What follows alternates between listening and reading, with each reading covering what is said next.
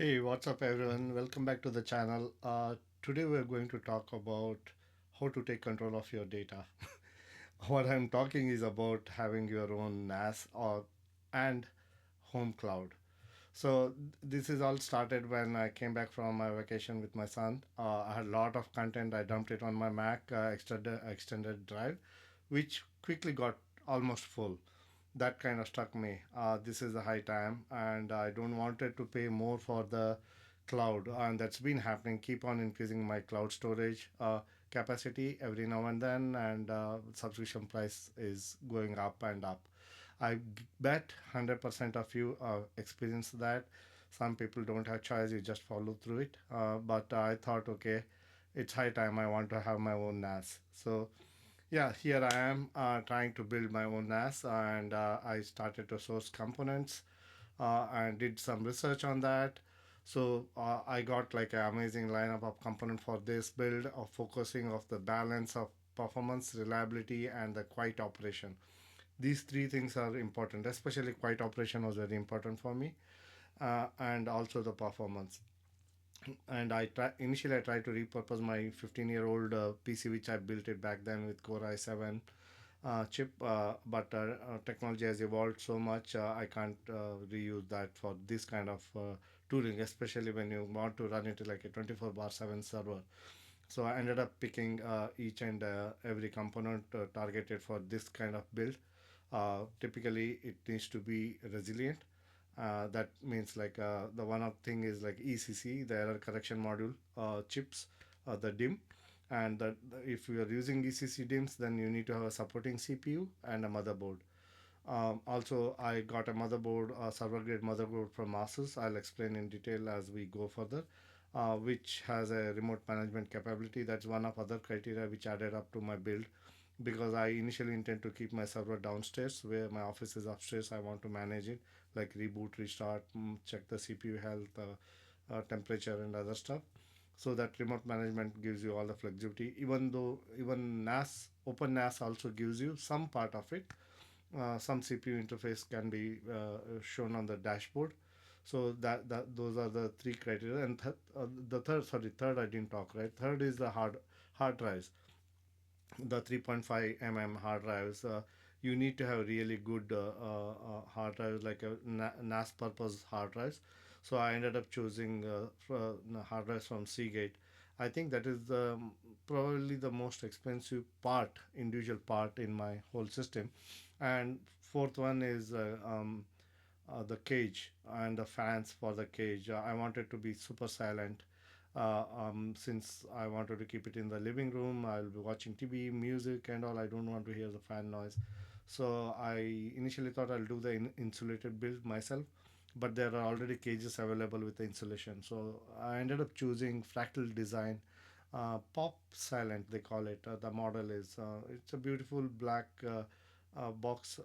I picked up. There are two variants in it, but I chose the black one, which is more elegant. But at the end, I felt like, oh, it needs a little bit fancier stuff. So I'll show you what I did at the end. But I it's working awesome. I mean, I don't hear a single fan noise, even though fan kicked in sometimes. When I go close and watch it, I see that, but like you won't hear anything. It's right now. It is just sitting behind me, and there's no noise at all. I mean, continuously we are syncing our data through my phone for the Nextcloud, and I have like 40 gigs of photographs and videos, and they're still going on running in the background.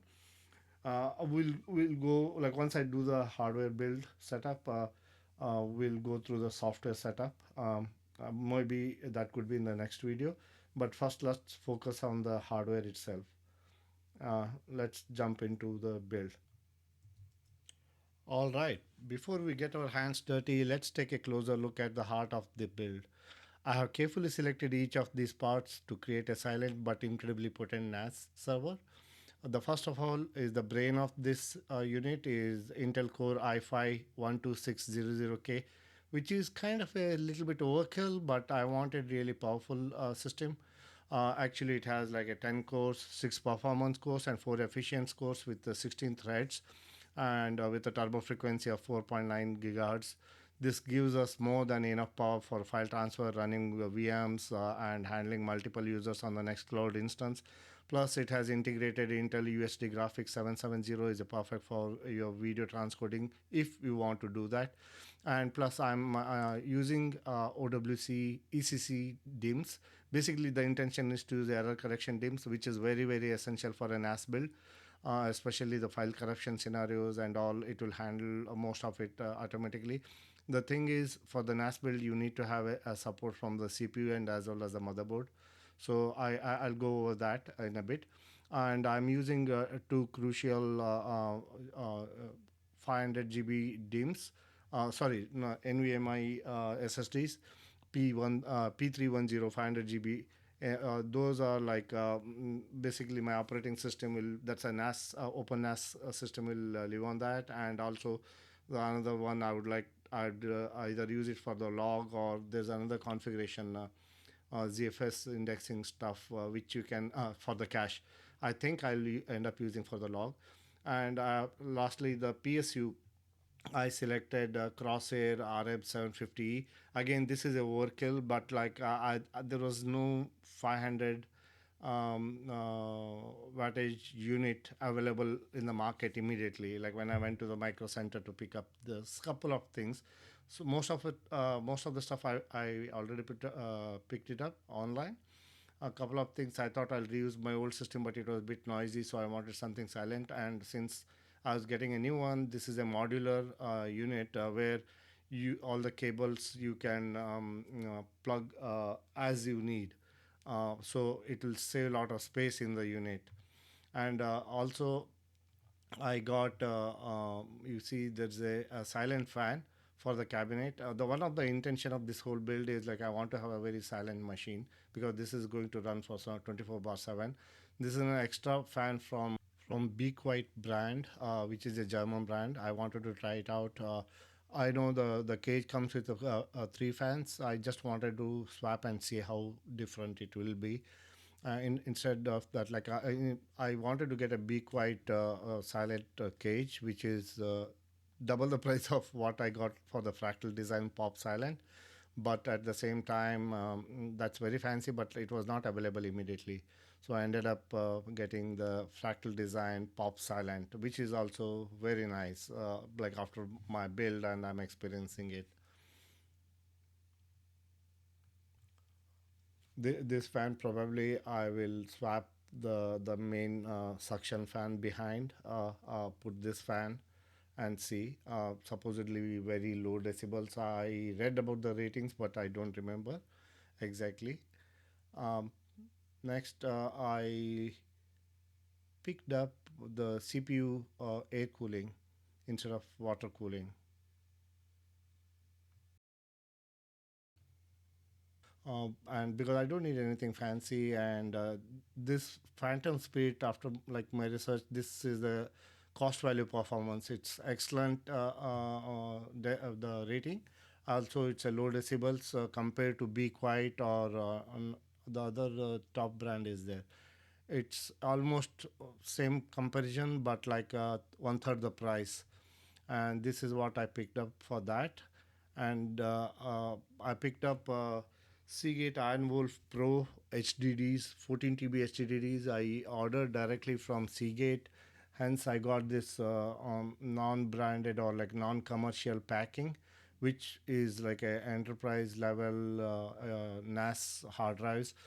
They are the, I think it's the most expensive component in my build, like a single unit wise. Together they cost me, after the special sale they were going on, about $500, I think.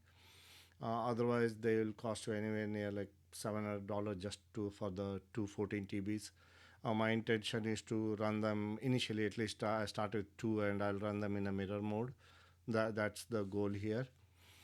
These are the main core components I can. So we went through all the core components for the NAS build, except the one, the main cage, the Fractal Silent cage. Let's do the unboxing of that. Okay, for the main CPU cage, I got a brand new Fractal pop silent computer case. I kept it reversed so that I can open it now. I mainly picked up because of the silent claim, which has an insulation inside the cabinet. So because the main reason is like I want more silent. It's a 24/7 running machine. I need it to be silent, and it's going to sit next to my media server where my media center where my router and other stuffs are there. So that's why I went for this. Other choice was from the Be Quiet, which is more impressive and very fancy, double the price. So I wanted to do it in lesser cost. That's one of the reason I picked up, and Fractal Design is a good brand, so no doubt about it. Hopefully, it will serve the purpose. I never used any silent PCs. In fact, when I started thinking of building NAS, I wanted to repurpose my old PC, which is a 10-year-old build. At the time, it was good, but like now, the hardware is not compatible for the most latest stuff. So I ended up picking one by one components, and finally, almost all. I think nothing is repurposed. Even the PSU, basically I wanted less noise, so I went with a brand new PSU. So yeah, this is it. This has, let me take out this stuff.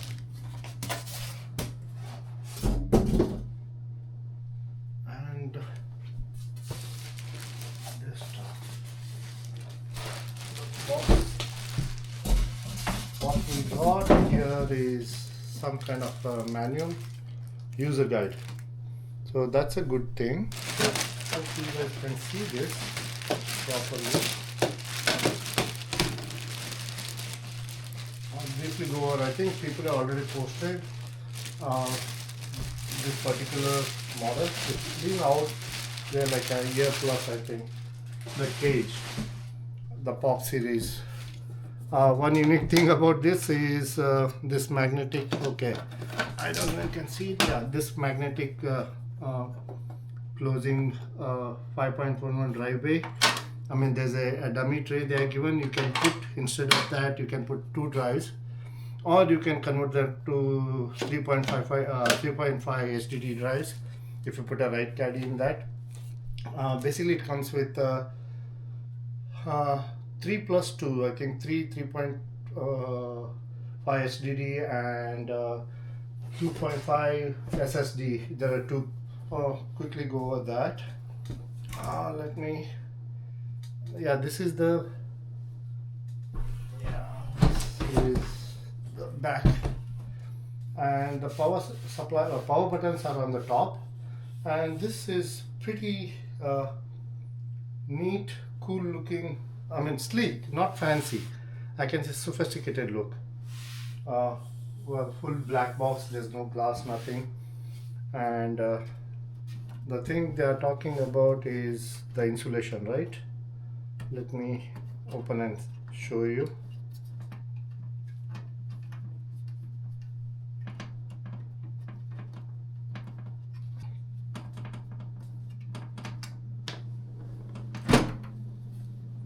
Yeah, here you see there's a special noise isolation material, kind of a matted thick cloth mesh. It's not mesh, but it's probably to isolate the noise.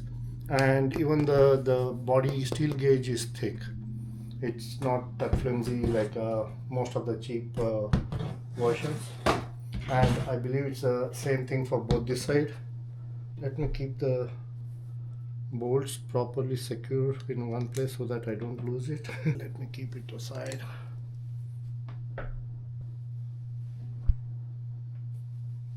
And this is the back side. Now they are given inbuilt straps for cables and the cables for the chassis. This, yeah, this is the other side. I'm in the cabinet. I don't want to lose this. I already lost one. It should be somewhere here. You know, today is like pretty hot in my room. I'm running a fan. I think that is not giving you more noise. Yeah, this is what it looks like. Let me take the camera inside and see, show you more clearly.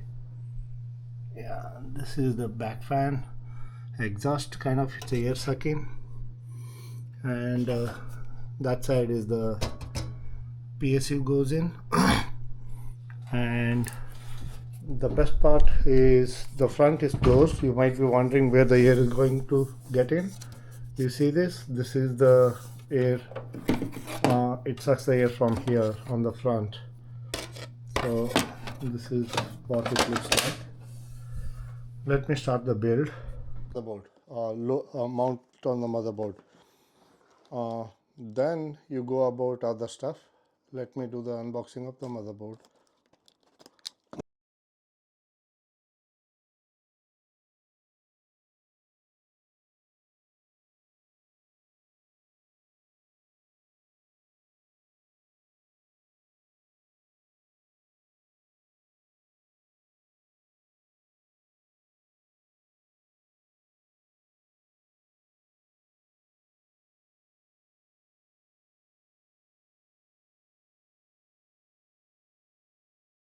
Yes.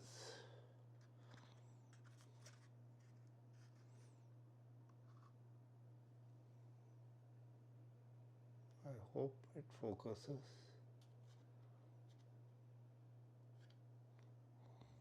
Yeah.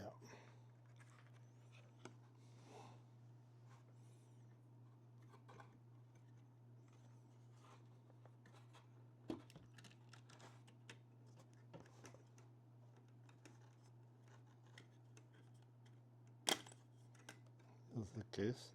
You have to keep it safely in case if you have to return a motherboard. Without this, usually no motherboard companies accept it. The returns, what I meant.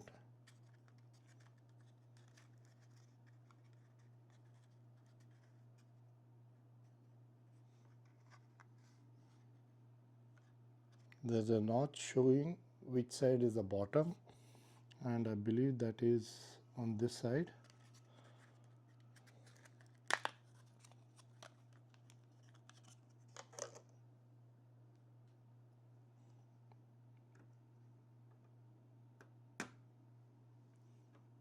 Yeah.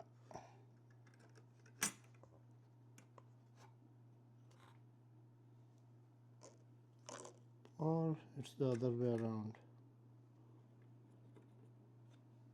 Does it even fit?